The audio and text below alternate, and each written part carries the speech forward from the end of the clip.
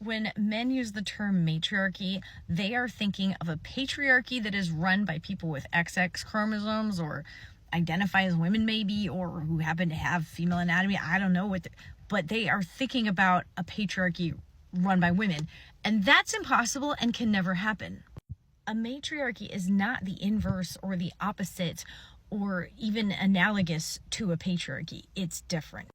Thinking that a matriarchy is going to be analogous to a patriarchy is like somehow saying that like democracy is analogous to capitalism or to communism or something. Like we're talking about entirely different systems here. Entirely different. One is a form of government, one is a form of economy, or you can't do that. And yet they think, oh yeah, if you put women in power, we would just do what men do in reverse. No. And so when men come up in your comments saying, oh, but there's never been a pure matriarchy. Yeah, if your definition of matriarchy is patriarchy.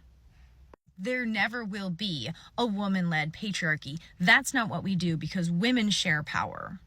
If you put a bunch of women in charge in this system, it will reflect a patriarchy because there isn't the support for women to actually create the kind of government and leadership that we would choose to create if we weren't disenfranchised for the past 500 years, 1,000 years.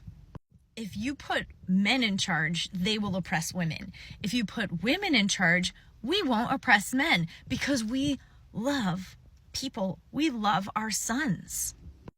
We are community minded. It's crazy that the default has been to have communities be run by men.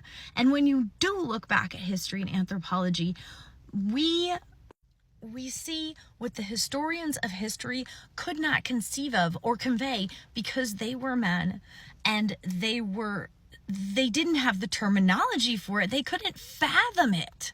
Right? It's like the first time you learn about any kind of extremely different lifestyle, you go, wait, how do you do that? What?